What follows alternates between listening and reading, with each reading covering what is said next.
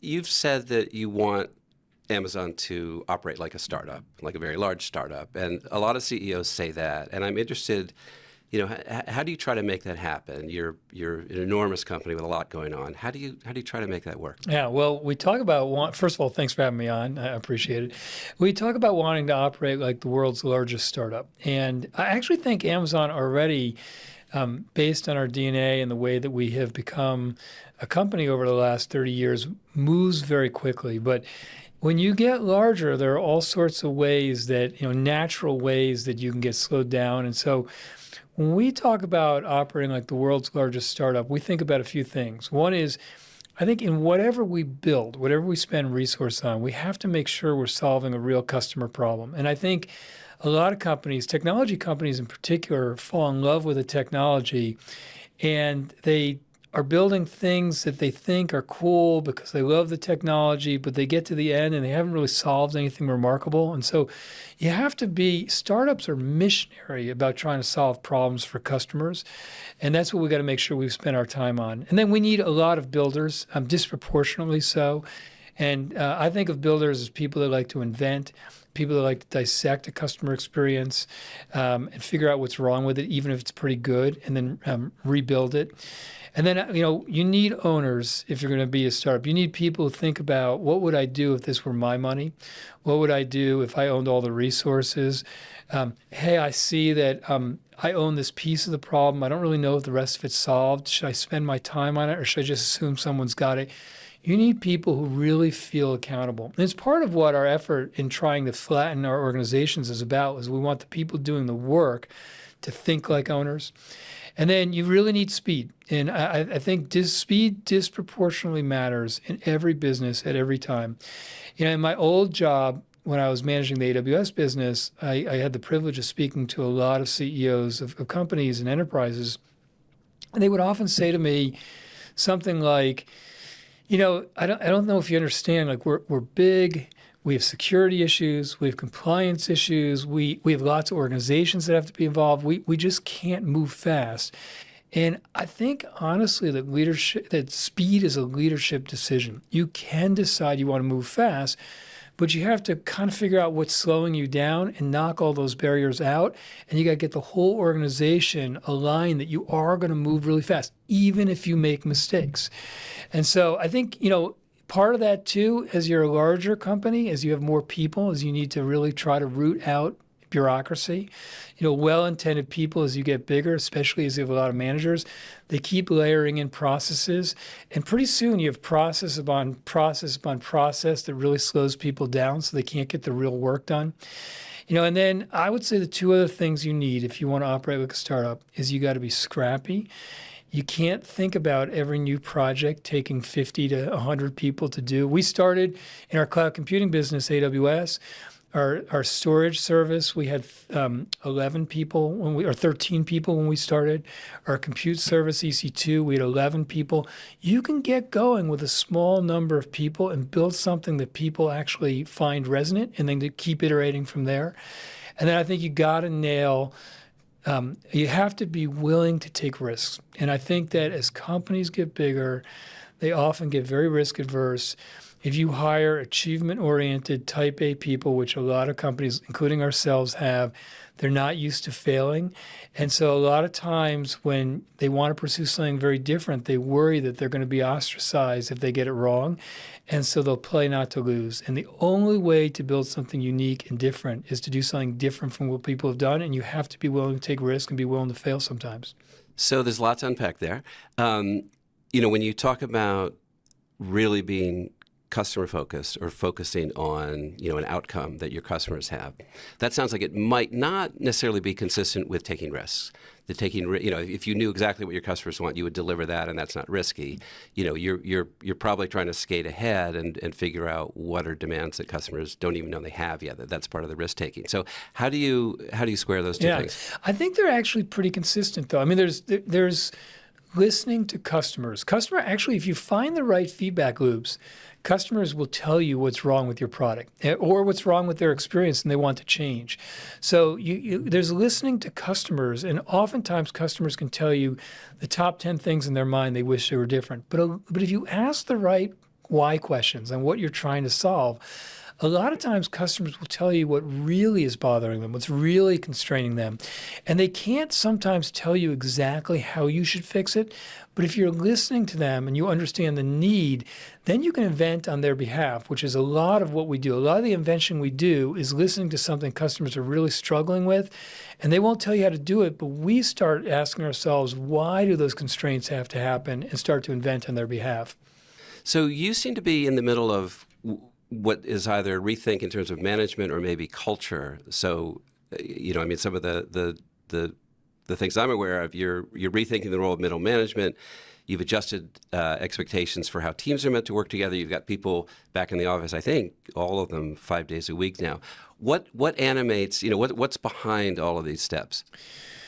Well, I think the first thing I would say is most companies that have been successful for any period of time have a culture that's been a key part of their success. And that is for sure true with Amazon. And I think we have a really strong culture, but it is not our birthright to keep having a strong culture. You have to, things change, the size of companies change, the scope of businesses you're going after change, the geographic distribution of your people change.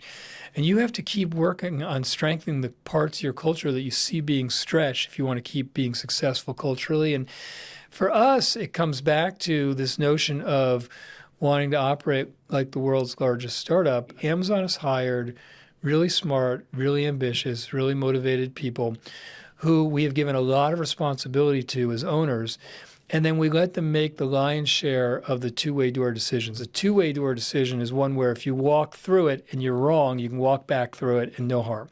A one-way door decision is when you walk through that door and you're wrong, it's really hard to walk it back. But the two-way door decisions, which is the overwhelming majority of the decisions we all make, we want to be handled by the people doing the work and those owners. But as you get larger, as we've grown so much the last 10 years, you end up logically with a lot of managers and a lot of layers of managers. It's the way you organize yourself. And so then you find that you end up with things like there's a pre-meeting for the pre-meeting for the pre-meeting for the decision meeting.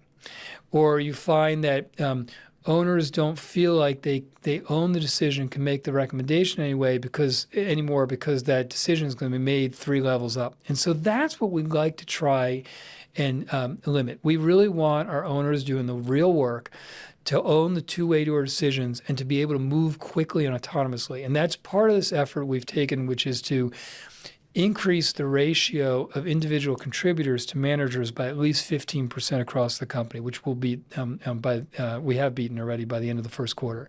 But we want to flatten our organizations to move faster and to drive more ownership. The other thing we noticed was that when we brought, like most companies, people were largely working remote.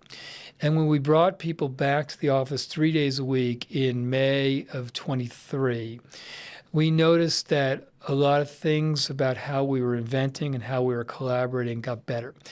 And if you do a lot of inventing like we do, and our style of invention is often very collaborative. We're in meetings together, we're iterating with one another, that when you're together, that invention is stronger. What you find is people riff on top of each other's ideas better if they're together. Turns out sometimes it's actually useful to interrupt each other because you get to a faster spot more quickly. You feel that energy. A lot of our best inventions have been after really messy, wandering meetings when we've been trying to invent something where we haven't quite gotten there and we've resolved ourselves to go have another meeting in a few days to figure it out. And then 3 people stay behind on a whiteboard and actually map out what it was they couldn't figure out, or on the way back to their office, they figure it out, or later in the day, they walk by each other's offices. When you're remote, it just, like the meeting ends and you're on to the next jingle and the next meeting, and you just don't find that type of invention together. I also think if you want to teach the culture, it's much harder to see it when you're remote. You have a lot of people who are lurking off camera, or if they're on camera, they look like they're looking at the camera, but they're also working on a spreadsheet. And when you're in a meeting together and you're watching the body language and you're watching people's expressions, you internalize the culture much better. I think also the teaching and the apprenticeship is much better if you can walk over to somebody, or after a meeting. Sometimes it's a hard meeting and I might say, Adi, like, don't be surprised that was a hard meeting. This is a really difficult topic. And next time when you come back, think about these 3 things. You just don't end up doing those as much when you're remote. And so we realized that we were much better for customers and for the business if we were together. A lot of the data has shown that actually flexibility, working from home, can increase productivity. That the workforce, quote unquote, wants it. Do you think that data is wrong, or are you saying this is a little bit more intangible, but you feel that this is beneficial for, as you say, for innovation? I would say that I think it's very hard to measure. Truthfully, we've done a lot of measurement ourselves. Our data doesn't suggest what you said, but I also, when I look at that data, it's just very hard to measure. I mean, how do you measure how well you're inventing? You don't actually know how well you're inventing for probably a few years, because it takes a while to get through the invention process, and you have to hire a team, and you got to go build the product, and you got to get the product in the market, and then you got to see if people respond to it. Oftentimes it takes several iterations. So it's quite difficult to measure, but I will say I spent a good amount of my own time in product and invention meetings, and there is no comparison to being in person and remote. Yeah, interesting. So a couple of the topics that you've hit on, one, how to be perpetually innovative, and how to, I think a lot of people who are listening to this would think, this problem, I can't get anything done because it's just complex. There's layers of reporting and management. I'm sure that resonates with a lot of people, and you've talked about what you're trying to do. But if you had to boil down, sort of advice for a company, maybe a larger company that has these layers, this matrix layer of complexity, and wants to get out of it and to have that sense of urgency, what would be some steps? Well, at first I would say that I don't believe that we have it nailed or perfect yet. I think you have to keep iterating at it. But I think the first step is to want to address it. And it's actually not simple to address, because you get used to operating a certain way, and then it seems impossible. Like how can you change the organizational structure to lose a lot of that bureaucracy and later? So I think the very first thing is the leadership team deciding they want to actually change it and resolving themselves to take action. And then, of course, it matters organization by organization, but in our case, we really felt like we wanted to have more ownership with our individual contributors and the people doing the actual work. So that's why we've taken this action of trying to flatten and have fewer managers. I think some of it is actually getting visibility into what's actually happening. So when we announced that we were going to take this goal to flatten and to increase the ratio of individual contributors to managers, we started this no bureaucracy email alias, where we encouraged anybody in the company that thought they were experiencing bureaucracy to email me at this alias. And we tried to explain there is a difference between process and bureaucracy. Sometimes people just not like a process and they'll say it's bureaucracy. And most companies of any scale need process to scale the right way. But there is really a difference. And the difference is often processes that have been layered in that don't really add any real creative value. And I've gotten over 1,000 emails at this point, and not all of them are true bureaucracy. And sometimes it's people saying they don't like this manager, like this. So it's not 1,000 pure bureaucratic examples, but there are plenty. And I've read every single one, and so have the relevant leaders in my org. And we have changed already 375 processes because of these emails. And it's really hard to see some of the red tape deep in your organizations if you have large organizations like a lot of enterprises do. But getting that visibility starts to, you can knock down a bunch of things if you see them and you're resolved to change it. And it also starts to motivate you to just look for opportunities when you're in meetings to reinforce with teams that you're not going to tolerate bureaucracy. And so I think it starts with a resolve. Then you got to figure out where you think the biggest problems are initially. Then you have to have good feedback loops to see where all the issues are, and then you got to keep working on it. So I want to talk about AI. I know there were some analysts who thought Amazon was relatively slow to sort of, get into AI in a big way. So I guess the first question, are you happy where you are right now? I think AI is it's for sure the biggest technology transformation since the cloud. It's probably the biggest technology transformation since the internet. And so I think it's going to change every experience that we know. I would, we have a very substantial investment in the AI space right now. And I think that, I think in the early days of people getting excited about generative AI, people forgot that if you really want to pursue AI in earnest, there are 3 macro layers of that AI stack, all of which are gigantic, all of which we're investing in. But we invested in a bunch of areas that didn't get as much attention early on. But really at that bottom layer of the AI stack is for model builders. And what they care about is 2 things. They care about the compute to do the training and the inference, which is really the chip. And they care about services to make it easier to build models. And we've built a chip there, our own custom AI called Trainium, that's going to help people save a lot of money relative to what the cost has been to date. And we've built a service called SageMaker, which is it really kind of become the standard way for people building their own models to get the data in, to build a model, to experiment, and to deploy into production. And so for model builders, I think we've had services there, like some of which have been around for a while in SageMaker that maybe aren't as public, but have a huge amount of traction, and then chips that I think people are excited about. At that middle layer is for people that don't want to have to build their own models. They want to leverage an existing frontier model. They want to customize it with their own data. And then they actually want lots of features to make it easier to build a high-quality generative AI application. These are things like guardrails so the model doesn't say things you don't want it to say, or RAGs so that you have up-to-date information, or agentic capabilities so you can take a bunch of automated actions in succession. And we've built this service called Bedrock, which has the largest selection of those leading third-party frontier models, including our own. But it also has the best collection of features to help you build a high-quality generative AI app. And Bedrock is another one of those services that has substantial traction, like really significant traction if you talk to enterprises or smaller companies, that also hasn't gotten as much public limelight. But these are services that are part of why we have a multi-billion-dollar annual revenue run rate in the AI space. And then the top layer are really for applications.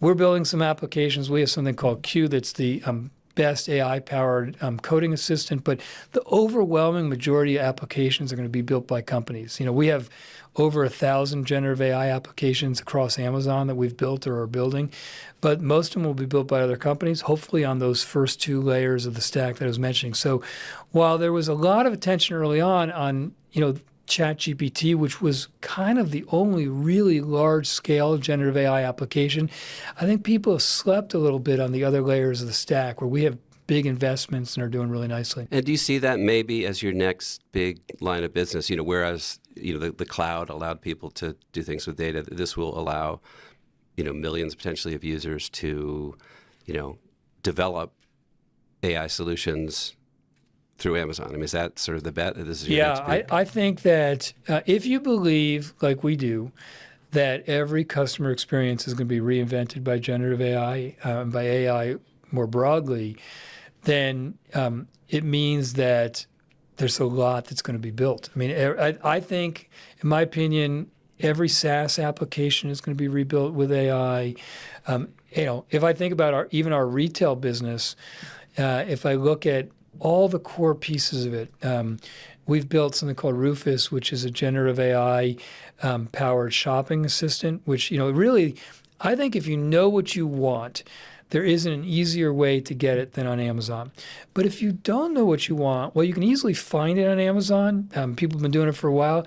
It's still the place where physical stores are interesting to people, because you can say to a salesperson, I'm a golfer, and they can say, well, what's your handicap? And you can say, I'm a 15 handicap. And they can say, do you have a fast swing or a slow swing? They can kind of narrow the scope of what you're looking for, and then say, I think you should look at these 3 things. And then you can say, well, what's the benefit of this graphite shaft versus this steel shaft? And that's the one thing that you can't do as easily right now online. And that's what Rufus aims to do, is it aims to be that personal shopping assistant where it can make recommendations, it can ask questions to narrow what you want, it can compare products, you can ask any question of any detail and it can answer that.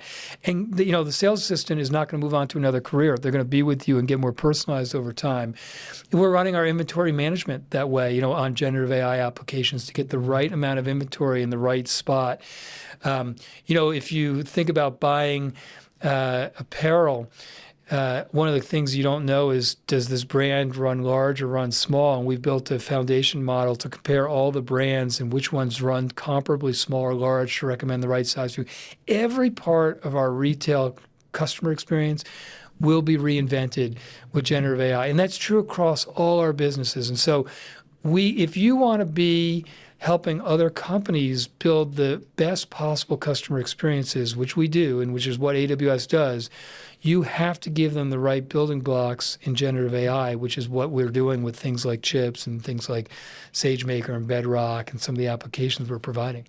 Yeah. Well, you sound like you're optimistic about all this. I mean, is there a part of you that thinks, if we're not careful, there may be unintended consequences that we should try to prepare for? I think there are always possible unintended consequences. I mean, I'm an optimist by nature, and I'm an optimist about this technology. And I also think that you can't stop the progress of technology. You just have to figure out how to use it productively for people, for great customer experiences and societal good. But I do think that one of the things we all have to watch is that the pace of this transition may be quick and maybe quicker than other technology transitions in the past. We have to work hard. I think one of the biggest problems, in my opinion, for sure in the U.S., it's probably true in other countries too, is that the quality of education in the country has really suffered over the last 20 to 30 years. I mean, if you look at the data, we are 30 out of 35 developed countries now in efficacy of education. I think the number of people who are going to be able to be software developers is going to go up, exponentially, because you're going to have these coding apps that allow you to use natural language to describe what you want to go build. And it's going to be very empowering, but we got to make sure that our education keeps up so that people are successful in this new economy. So I want to talk a little bit about sort of leadership at a higher level. You talked about how AI is reshaping everything, and I think every CEO is feeling that. It's an opportunity, it's a risk, it could be disruptive, it could be a lot of things. And then you have kind of political and geopolitical uncertainty that is, probably more than most of us have lived through before. How do you manage through that level of uncertainty, or what's your advice to people who are wrestling with how in the world do you manage through all of this? Well, again, I don't pretend to have the perfect answer, but I think the first thing is really trying to, there are a lot of things happening in the world right now, across the world, in our country, and they can be dizzying. And I think just acknowledging that there's a lot going on, but you can't control everything. You can only control the things that you can control. And then remembering what matters most. And the thing that we keep telling ourselves inside the company as we look at the different things happening is that at the end of the day, we're here to make customers' lives easier and better every day. And you can get distracted by, are there going to be tariffs? How high are the tariffs? Are there not going to be tariffs? What do other countries' relationships look like with these countries? You can but at the end of the day, we have a job to do, which is to figure out what customers want and then to go deliver it for them. And so in every one of our businesses, there are so many areas where we can be even better for customers, and that's what we try to spend our time on. I think it's not easy because well-intended, passionate, mission-focused people read or hear about things and wonder how it's going to affect them. And sometimes when it does, you have to figure out how you're going to operate. But I think by and large, if you stay focused on the issues customers care about, you will do right by your customers. And you just will start at a much higher starting spot rather than having to do every little bit of early stage work yourself. Yeah.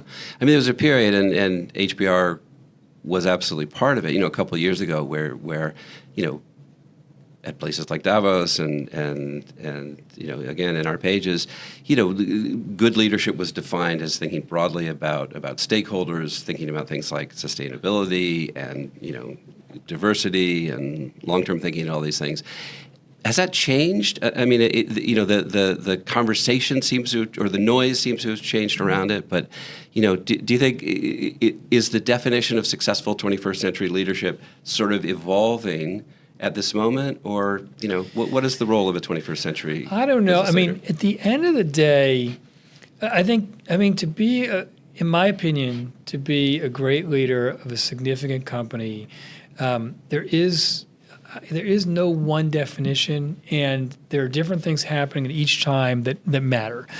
But at the end of the day, I think you have to deliver great customer experiences for whoever you're trying to serve with successful financial results. And, I think there have been times over the last few years where maybe one issue or a different issue gets disproportionate attention. And I think the reason that those issues get disproportionate attention is that there's work to be done. We're not in the right spot. In my opinion, we're still not in the right spot in terms of, where we need the environment to be. I still think we want more diverse teams. None of that has changed. There are certain times where that takes up more of the conversation than at other times. But it is true, in my opinion, at the end of the day, as a leader, you have to have the right customer experience with the right results to match it, and then all the other pieces are parts of it. So, last question. As you said, you've been at Amazon for 28 years. You've been in the CEO role for 4. What's your best bit of career advice for the HBR audience?